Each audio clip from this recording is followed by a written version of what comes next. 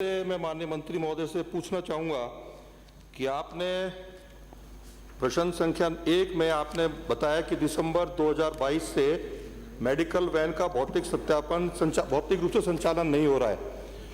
और मैं आपको जानकारी देना चाहूँगा कि अलवर जिले के 19 ब्लॉकों में ये मोबाइल वैन गई नहीं और फर्जी रूप से बिल बना करके भुगतान का उठाया गया। इसके लिए जांच कमेटी बनी, जांच कमेटी ने रिपोर्ट आपको दी होगी। तो जांच कमेटी के रिपोर्ट के आधार पर जो दोषी अधिकारी कर्मचारी हैं उनके खिलाफ राज्य सरकार ने क्या कार्रवाई करी? अध्यक्ष महोदय, इसमें लापरवाही रही है अधिकारियों की, ये सही है। माननीय सदस्य कह रहे हैं जो कि इसमें लापरवाही रही है। तो जिस शर्तों का पर उनको मोबाइल यूनिट की सेवाएं देनी चाहिए थी वो शर्तें पूरी नहीं की। हमने उस फर्म का अनुबंध भी समाप्त कर दिया है और दूसरी फर्म जो अनुबंध पर हमने दूसरी फर्म को इसमें लिया है और वो दूसरी फर्म कोई हंस प्रोप्राइटर है और वो बिल्कुल 20 मोबाइल सेवाएं निःशुल्क काम करेगी। उन्हीं का ड्राइवर, उन्हीं की गाड़ी, 20 गाड़ी उन्हीं की, सारा काम हमने उसके वर्क ऑर्डर दे दिए और 10 मोबाइल वैन आज से या कल से शुरू हो जाएगी। और उसका जो भुगतान था अध्यक्ष महोदय, हमने उसका भुगतान भी रोक दिया है। उसका भुगतान करीब 3 करोड़ के आसपास था, उसमें से हम केवल उसको 39 लाख का पेमेंट किया है और उसका अनुबंध समाप्त कर दिया। और मोबाइल सेवाओं के लिए दूसरी जो फर्म की है वो निःशुल्क सेवाएं देगी अध्यक्ष महोदय। उनकी गाड़ियाँ, उन्हीं की दवाई, उन्हीं के डॉक्टर, उन्हीं का सारा स्टाफ और उन्हीं की सेवाओं को हमने उसके आदेश दे दिए हैं। माननीय अध्यक्ष महोदय, माननीय मंत्री महोदय ने खुद ने स्वीकार किया कि गलती हुई है, तो गलती के लिए जो अधिकारी कर्मचारी दोषी थे उनके खिलाफ कार्रवाई सरकार करेगी। साथ ही साथ जो 39 लाख का भुगतान गलत तरीके से किया गया है, गबन का मामला है, तो क्या उसको किस प्रकार से वापस सरकार वसूलेगी, ये भी माननीय मंत्री महोदय बताने की कृपा करें। अध्यक्ष महोदय, 1 साल के करीब उन्होंने गाड़ी चलाई, उसका 3 करोड़ 28 लाख के भुगतान बनता था। हमने केवल 39 लाख का भुगतान ही किया है, तो रिकवरी का तो कोई सवाल ही नहीं। जो अधिकारियों ने इसमें लापरवाही की है, उन्होंने ठीक से उनका संचालन के लिए उनको ताकीद नहीं किया या संचालन नहीं किया, उनको हम नोटिस देकर उनके खिलाफ कार्रवाई करें। अध्यक्ष जी, मेरे हाथ में जांच रिपोर्ट है, उसमें जांच कमेटी ने स्वयं ने माना है। माननीय मंत्री जी, उनका कहने का यह है कि वैन चले ही नहीं, तो क्या ये सही है कि वैन चला कि नहीं चला? नहीं, वैन चली है, ऐसा नहीं, बिल्कुल नहीं चली, पर जहाँ चलानी चाहिए थी, जहाँ पर कैंप, कभी कैंप उन्होंने निरस्त भी कर दिया, कहीं वहाँ पर गए भी, वैन चली है। उनकी 7 गाड़ियाँ 14 गाड़ियाँ चली है, पर यह नहीं कि पूरी तरह से उन्होंने सेवाएं अच्छी तरह जो अनुबंध की शर्तें थी उनके अनुसार उन्होंने सेवाएं नहीं दी, इसलिए उनका अनुबंध समाप्त किया गया। संबंधित चिकित्सा अधिकारियों ने लिख के दे रखा है कि वैन चली नहीं, ये कागज मेरे पास है। मंत्री महोदय, जानना चाहूंगा कि आपने कहा कि इसके अंदर निश्चित तौर पर अधिकारियों की गलती रही और ये मामला भी दिसंबर 2022 का है, तो क्या अब तक आपने किसी अधिकारी के विरुद्ध कोई अनुशासनात्मक कार्रवाई की है क्या? हमने जिस अधिकारी की सीएमएचओ की लापरवाही है अध्यक्ष महोदय, उसको तुरंत मालूम चलते ही उसको हटा दिया हमने। हटाना कोई कार्रवाई नहीं है अध्यक्ष महोदय, उसको 16 में नोटिस देना चाहिए इनको। आपने किसी को 16 में नोटिस दिया है क्या? 17 में नोटिस दिया है क्या? नोटिस देने की कार्रवाई प्रक्रियाधीन है। मैंने सवाल के जवाब में कहा अध्यक्ष महोदय, कार्रवाई प्रक्रियाधीन है। अगला प्रश्न कैलाश चंद मीणा, प्रश्न संख्या 448। अध्यक्ष महोदय, खंड 1। जी हाँ, माननीय मुख्यमंत्री महोदय द्वारा वर्ष 2022-23 के बजट में राजस्थान मिलेट प्रोत्साहन मिशन की घोषणा की गई है, जिसके अंतर्गत निम्न कार्यक्रम व गतिविधियां का प्रावधान है। नंबर 1, लघु एवं सीमांत किसानों को उन्नत किस्मों के बीज निःशुल्क, सूक्ष्म पोषक तत्व एवं जैव कीटनाशी किट अनुदानित दर पर वितरण। नंबर 2, मिलेट्स की प्रथम 100 प्रसंस्करण इकाइयों की स्थापना पर अनुदान। नंबर 3, बाजरा व अन्य मिलेट के संवर्धन, प्रोत्साहन एवं नवीनतम तकनीकी जानकारी उपलब्ध कराने की दृष्टि से जोधपुर कृषि विश्वविद्यालय के अंतर्गत मिलेट्स उत्कृष्टता केंद्र की स्थापना। खंड 2, जी हाँ, रागी, कंगनी, सावा, चीना, कोदो, कुटकी फसलें मिलेट्स के अंतर्गत शामिल है। इनकी पोषण गुणवत्ता के बारे में जन जागरूकता कार्यक्रम प्रस्तावित किए गए हैं। विवरण परिशिष्ट 1 पर संलग्न है। खंड 3, राज्य की बीज उत्पादक संस्थाओं राजस्थान राज्य बीज निगम लिमिटेड एवं राजस्थान राज्य तिलहन उत्पादक सहकारी संघ लिमिटेड के पास छोटे अनाजों जैसे रागी, कंगनी, सावा, चीना, कोदो, कुटकी का उन्नत बीज उपलब्ध नहीं है। माननीय अध्यक्ष महोदय जी, मैं आपके माध्यम से मंत्री महोदय जी से निवेदन की कंगनी, सावा, चीनी, कोदो, कुटकी के बारे में पूछा है। इन्होंने इस फसल को राजस्थान मिलकेट्स प्रोत्साहन में घोषणा में सम्मिलित किया गया है, लेकिन इसके बारे में किसी तरह का कोई विवरण नहीं दिया गया। बीज उपलब्ध है या नहीं, या अब तक इसके बारे में क्या कार्रवाई की गई?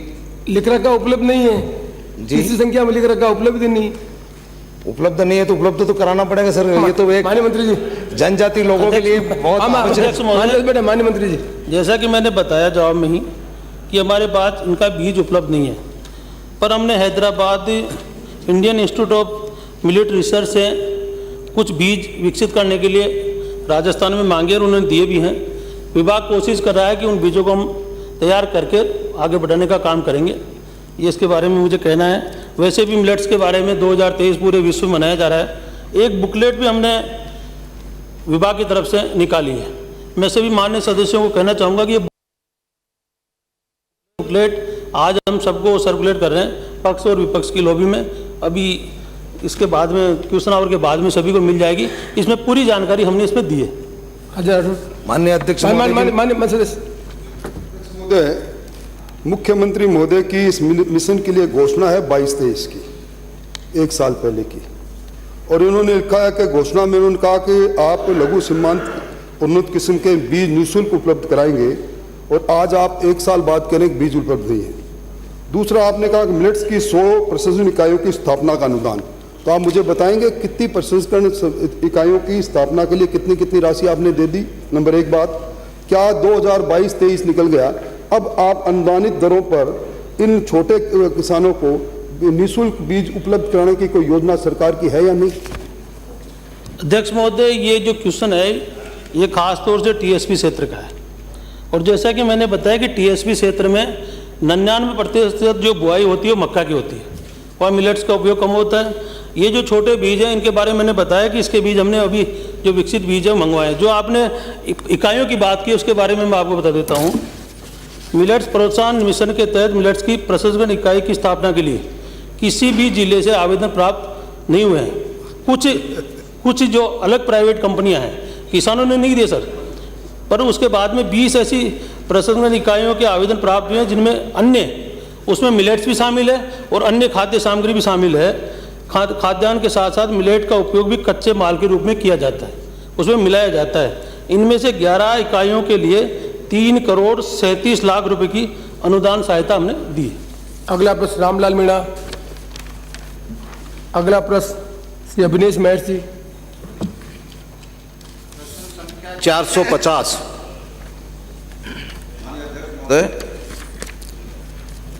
खंड 1 माननीय मुख्यमंत्री महोदय द्वारा राज्य बजट 2021-22 में प्रत्येक विधानसभा क्षेत्र में आवश्यकता अनुसार 40 हैंडपंप एवं 10 नलकूप लगवाए जाने की घोषणा की गई थी।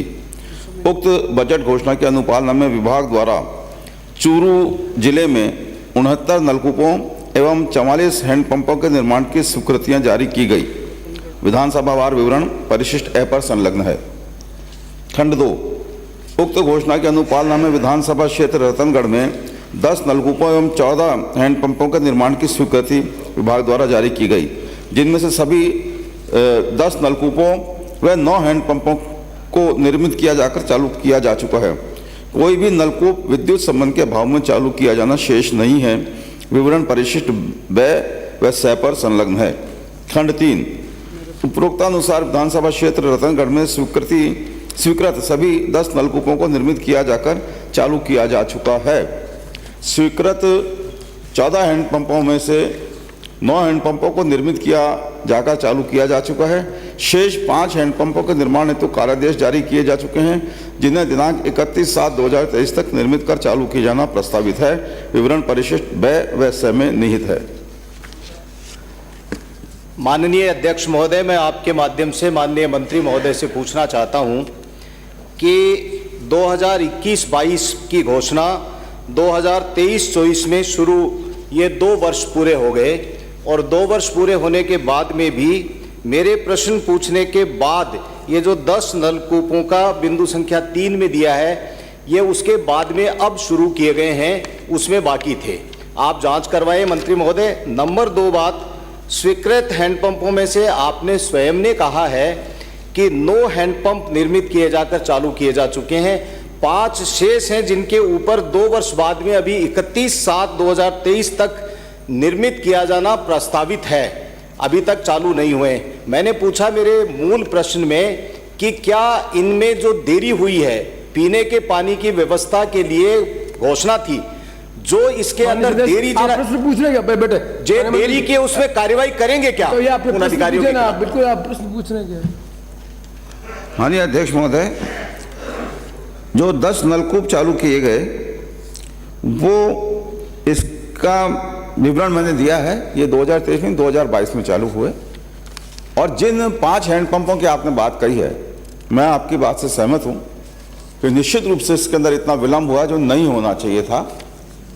पहली बात तो ये कि ये 5, इनमें से 3 की ड्रिलिंग पूरी हो चुकी, 2 की ड्रिलिंग चल रही है और 31 जुलाई तक हम कोशिश करेंगे कि ये 5 के 5 हैंडपंप चालू हो जाएं।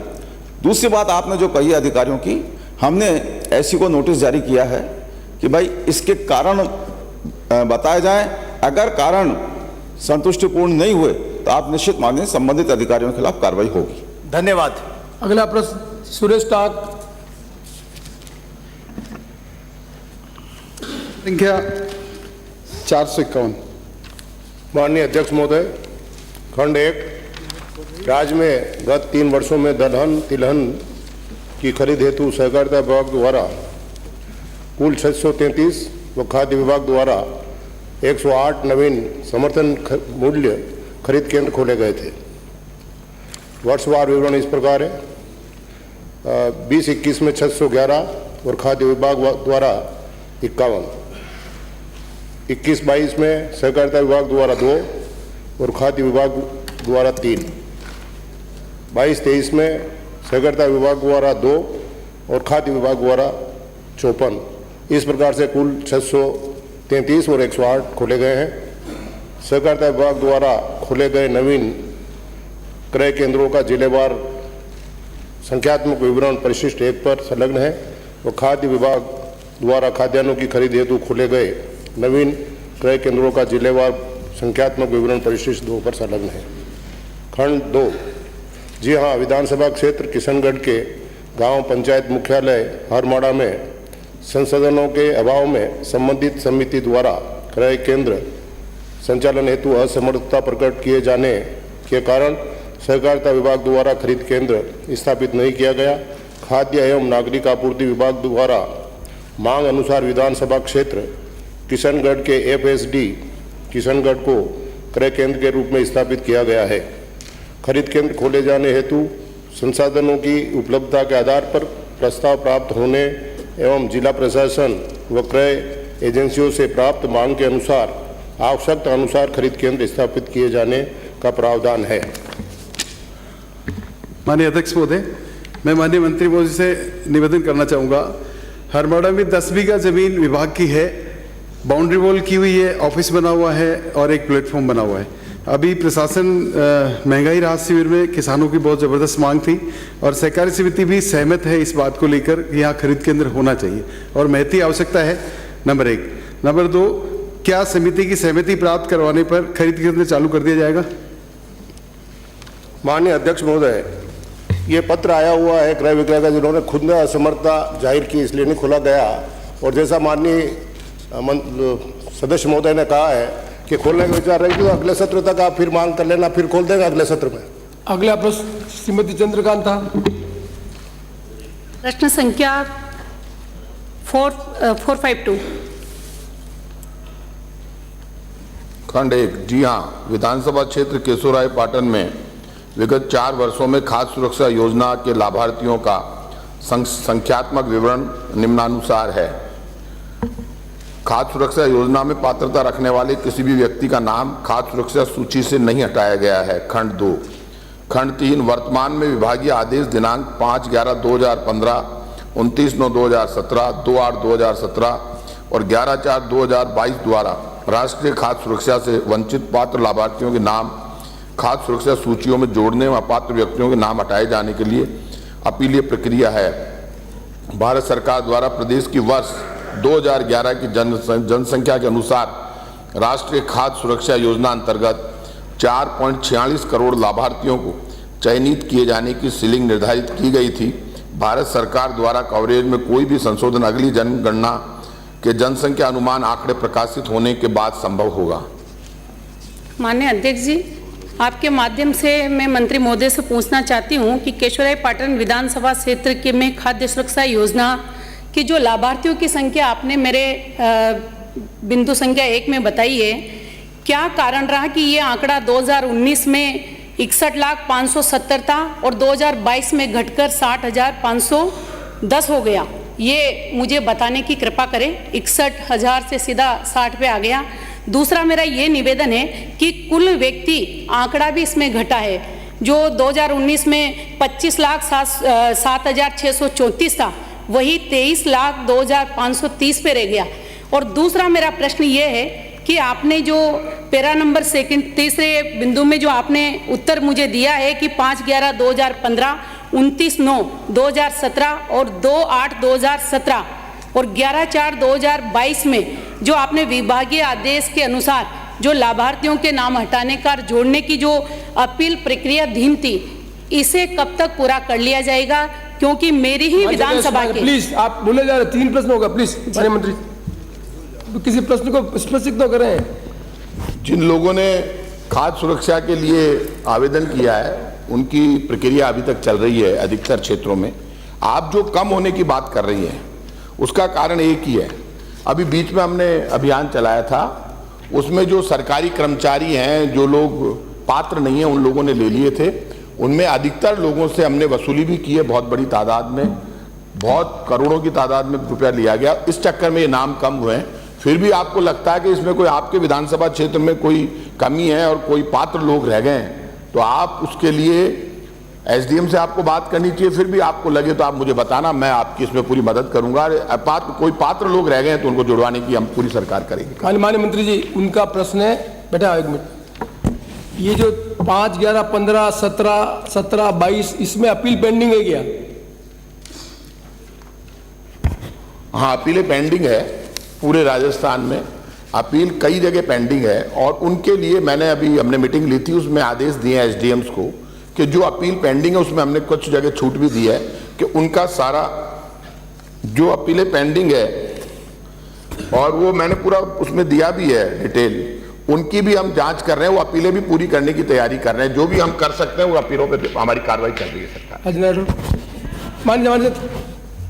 महोदय, मैं आपके माध्यम से मंत्री महोदय आपसे जानना चाहूँगा, आपने खंड 3 में एक बात कही है कि भारत सरकार द्वारा प्रदेश की वर्ष 2011 की जनसंख्या के अनुसार राष्ट्रीय खाद्य सुरक्षा योजना अंतर्गत 4,46,00,000 लाभार्थी चयनित की सीलिंग है।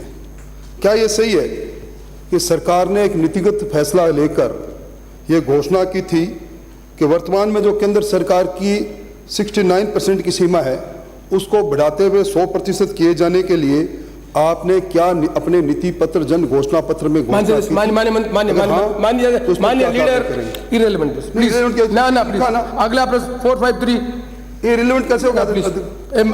Don't ask me questions.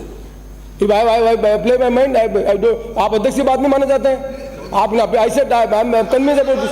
आप प्लीज हाँ करिए आप आई will not allow it, I will not allow it. I don't, आपको सपोर्ट चाहिए? इतना कमजोर आदमी आपका से, आपका लीडर इतना कमजोर है, आपका लीडर कमजोर है। आप बैठे प्लीज। क्या धमका रहे हैं आप? मुझसे कह रहे हैं आप नीचे बैठे आप प्लीज। आप मुझे कह रहे धमका रहे हैं? आसन पे आरोप नहीं लगा, नीचे बैठे आप। आसन पे आरोप नहीं लगा, नीचे बैठे। मान जाते आई विल नॉट अलाउ इट। मैं आसन पे आरोप नहीं सुनूंगा, मैं आसन पे आरोप नहीं सुनूंगा। मैं I will throw him out, I will throw him out.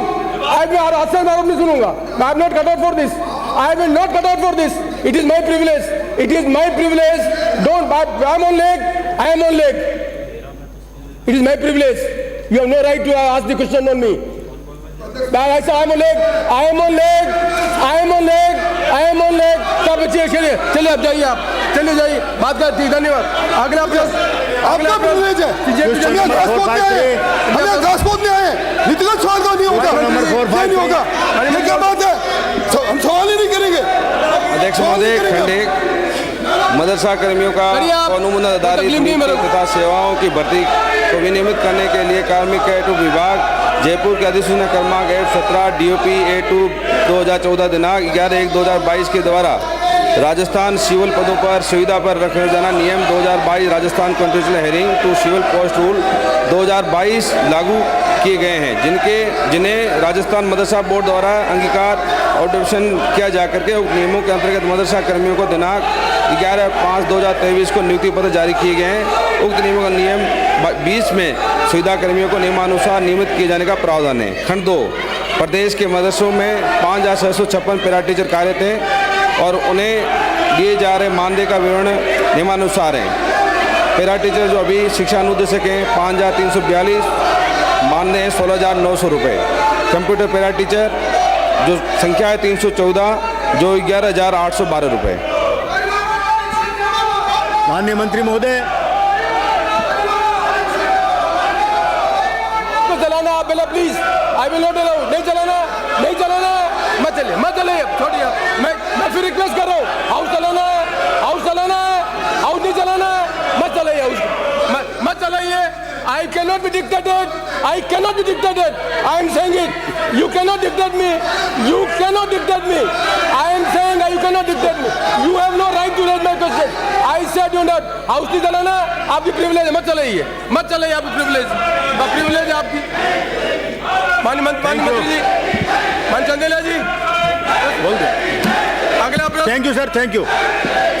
सिलाखन Singh, question संख्या 454।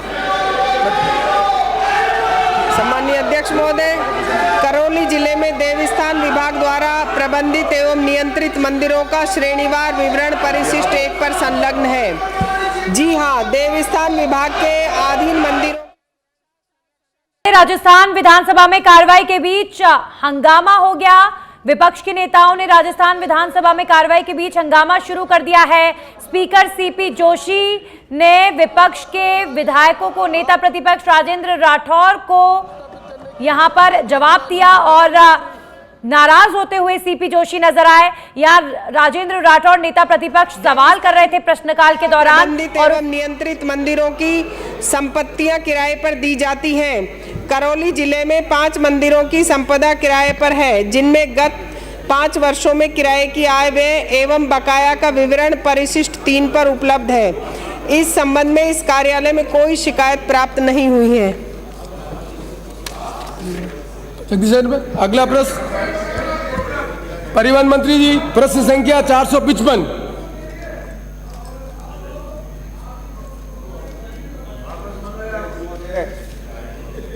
महालेखाकार से प्राप्त आंकड़ों से अंक मिलाने के पश्चात तैयारी लेखों के अनुसार विगत 5 वर्ष में सरकार को 2018-19 से 2022-23 तक ग्रीन टैक्स से प्राप्त हुई राशि का विवरण निम्नानुसार है। वर्ष 2018-19 173.15 करोड़, 19-20 248 करोड़ 47 लाख, 21-22 173 करोड़ 84 लाख, 21-22 222 करोड़ 72 लाख, 22-23 238 करोड़ 22 लाख, योग 1024 करोड़ 4 लाख।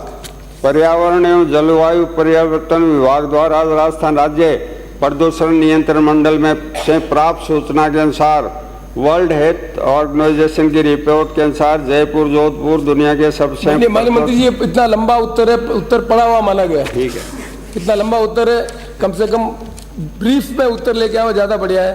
अगला प्रश्न श्री गोपीचंद मीणा, माननीय मंत्री जी, जनजातीय मंत्री जी, प्रश्न संख्या 456। खंड 1। तो विधानसभा में कार्रवाई लगातार जारी और हमारे साथ ब्यूरो चीफ पंकज सोनी जुड़ गए हैं। पंकज जी, प्रश्नकाल इस वक्त चल रहा है और यहां पर तीखी नोकझोंक होती हुई नजर आई है राजेंद्र राठौर नेता प्रतिपक्ष और स्पीकर सीपी जोशी के बीच। स्थिति में शिक्षा सहयोगी को संविदा कर्मी का दर्जा नहीं दिया जा सकता। शिक्षा सहयोगी की सेवा योजना में मानदेय आधारित होने से संविदा का दर्जा देने के संबंध में कोई प्रावधान नहीं है। अगला प्रश्न श्री बलबीर सिंह रूथा, प्रश्न संख्या 457। माननीय अध्यक्ष महोदय, खंड 1 विधानसभा क्षेत्र रायसी नगर में माह दिसंबर 2022 के अंत तक बीपीएल घरेलू श्रेणी में कोई भी आवेदन लंबित नहीं है। कृषि श्रेणी में मांग पत्र जमा वाले सामान्य योजना में सामान्य वर्ग श्रेणी, अनुसूचित जाति श्रेणी एवं बूंद बूंद ऑब्लिक फंवारा ऑब्लिक डिग्गी योजना श्रेणी के लंबित आवेदनों का विवरण परिशिष्ट पर संलग्न है। खंड 2 रूट विवाद व कोर्ट केस में लंबित आवेदकों को छोड़कर अन्य लंबित आवेदकों को वरीयतानुसार कृषि कनेक्शन जारी किए जाने का कार्य प्रगति पर है, जिसे शीघ्र अतिशीघ्र पूर्ण किया जाना लक्षित है। लंबित आवेदनों का लंबित रहने के कारणों सहित विवरण परिशिष्ट पर उपलब्ध है। अगला प्रश्न श्री जेपी चंदेलिया, संख्या 458। माननीय अध्यक्ष महोदय, खंड 1 जी हाँ। माननीय bureau chief Pankaj Soni phone line पर जुड़ गए हैं। विधानसभा में पंकज जी, प्रश्नकाल के दौरान यह तीखी नोकझोंक स्पीकर सीपी जोशी और नेता प्रतिपक्ष राजेंद्र राठौर के बीच नजर आई। किस विषय पर बातचीत हो रही थी, क्या हुआ विधानसभा में? देखिए, हमने विधानसभा में प्रश्नकाल के दौरान भाजपा विधायक चंद्रकांता मेघवाल की तरफ से खाद्य सुरक्षा में लाभार्थियों का नाम जोड़ने को लेकर एक सवाल उठाया गया था। उस सवाल के ऊपर नेता प्रतिपक्ष राजेंद्र राठौड़ को सप्लीमेंट्री सवाल पूछने की अध्यक्ष ने इजाजत दी थी जी। लेकिन जो राजेंद्र राठौड़ का सवाल था वो उस सवाल के था, इस पर स्पीकर ने उन्हें टोकते हुए ये कहा कि ये सवाल रिलीवेंट नहीं है। इस पे राजेंद्र राठौड़ और स्पीकर के बीच तीखी बहस हो गई और वहीं विपक्ष के भाजपा के कुछ सदस्यों ने भी खड़े होकर जोर जोर से बोलना शुरू कर दिया। बाद में मामला इतना बिगड़ा कि विपक्षी सदस्यों ने आसन के सामने नारेबाजी करना शुरू कर दी और प्रश्न नहीं पूछने के बाद विपक्षी सदस्यों ने प्रश्न खाली कर दिया। जी पंकज जी, यहाँ पर जो स्पीकर सीपी जोशी हैं वो ये कहते नजर आए, यू कैन नॉट डिक्टेट मी, आप मुझे यहाँ पर डिक्टेट नहीं कर सकते हैं। ऐसा क्या नेता प्रतिपक्ष राजेंद्र राठौड़ ने कहा था जिसकी वजह से सीपी जोशी इतना भड़के और स्पीकर ने ये बात बोली विधानसभा में कि यू कैन नॉट डिक्टेट मी?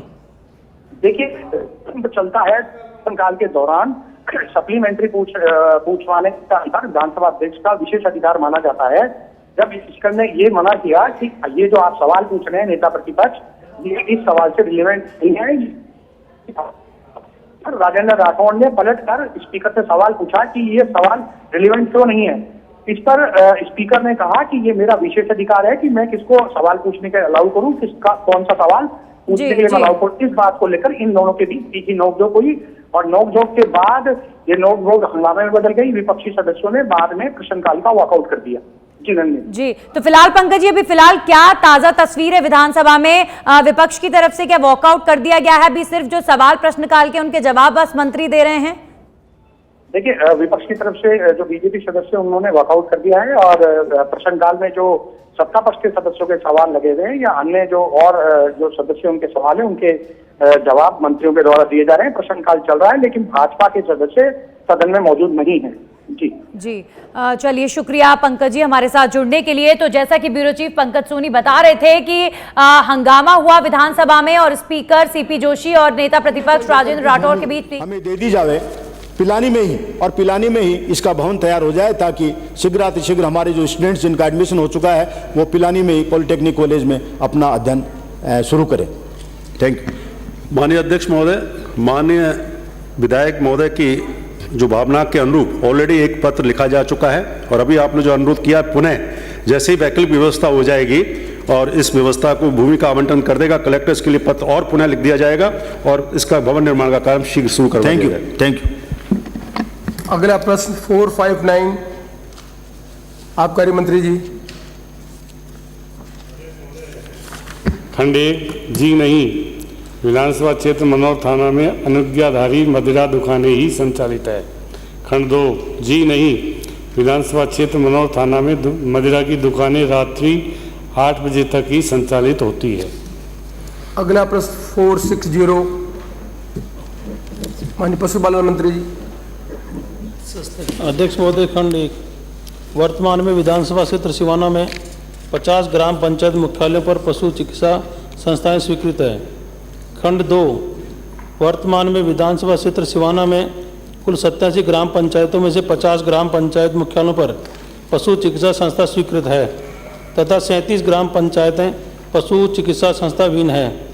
पशु चिकित्सा संस्थाएं आवश्यकता वित्तीय संसाधनों की उपलब्धता अनुसार खोली और स्वीकृत की जाती है। खंड 3, जी नहीं, विधानसभा क्षेत्र सिवाना की पशु चिकित्सा संस्थाओं के राजकीय भवन निर्माण एवं रिक्त पदों को भरने के संबंध में कोई शिकायत प्राप्त नहीं हुई है। अगला प्रश्न श्री हरीश चंद्र मीणा।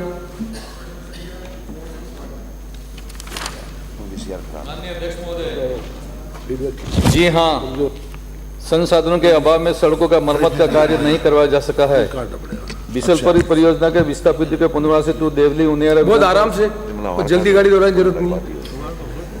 51 पुनर्वास कॉलोनी का निर्माण 1988 से 2000 मध्य किया जाकर इसमें सड़कें एवं मूलभूत सुविधाएं उपलब्ध कराई गई थी। राज्य सरकार द्वारा आदेश की पालना में 51 पुनर्वास कॉलोनियों में से 45 कॉलोनियों को आवश्यक रखरखाव हेतु पंचायत राज विभाग को हस्तांतरित किया जाने से सड़कों और मूलभूत सुविधाओं का रखरखाव कार्य वर्तमान पंचायत राज विभाग ग्रामीण विकास के अधीन है। शेष 6 पुनर्वास कॉलोनी में से 4 आबादी विकसित नहीं है। 2 कॉलोनी को पंचायत राज विभाग को हस्तांतरण किया जाना प्रक्रियाधीन है। जी हाँ खंडो, जी हाँ, बिशलपुर बांध परियोजना के विस्थापितों के लिए बनाई गई कॉलोनियों की संपर्क सड़कों के लिए माननीय मुख्य सचिव राजस्थान सरकार की अध्यक्षता में दिनांक 9/3/2023 को आयोजित बैठक में उक्त पुनर्वास कॉलोनी की मरम्मत सड़कों के जीर्णोद्धार हेतु आवश्यक कार्रवाई सार्वजनिक निर्माण विभाग द्वारा किया जाना निर्धारित किया गया है। जैसा मंत्री जी ने स्वयं स्वीकार किया है कि संसाधनों के अभाव में सड़कों का मरम्मत कार्य नहीं करवाया जा सका है। सर, ये कॉलोनियाँ सन 84-85 में स्थापित की गई थी जब बिसलपुर बांध का निर्माण हुआ था। जिन लोगों की ज़मीनें गई थी, जो गांव डूब में आए थे, उनको बाहर लाके बसाया गया था, जिनको कॉलोनी बोलते हैं। सर, आप देखिए 40 साल तक जिन सड़कों की मरम्मत नहीं हो, रखरखाव नहीं हो, जिन गाँव में सड़कें नहीं हो, उनकी स्थिति कैसी दयनीय होगी आप स्वयं समझ सकते हैं। सर, मेरा मंत्री महोदय से ये अनुरोध है, क्योंकि 2 साल तक मैंने सब जगह बात करी, चीफ सेक्रेटरी से बात करी, इरिगेशन सेक्रेटरी से बात करी, PWD सेक्रेटरी से। इरिगेशन सेक्रेटरी तो ये कहते हैं कि साहब हमने तो बना दी एक बार, ये मेंटेनेंस PWD करेगी। PWD वालों से जब मैंने बात की, वो कहते हैं साहब हमको बजट तो दिलवाओ, ट्रांसफ़र करवाओ, और पेपर ट्रांसफ़र होना है सर, इसमें फिजिकल ट्रांसफ़र कुछ नहीं है। ये 2 साल तक ये ट्रांसफ़र नहीं कर पाए कि इनको पंचायत राज में रखना है या PWD को देना है। और तीनों अधिकारी यहाँ बैठते हैं, चीफ सेक्रेटरी, PWD सेक्रेटरी और इरिगेशन सेक्रेटरी, तीनों में इतना भी कोऑर्डिनेशन नहीं है कि एक एजेंसी बना दें, जिसको भी करना है अपना काम करे।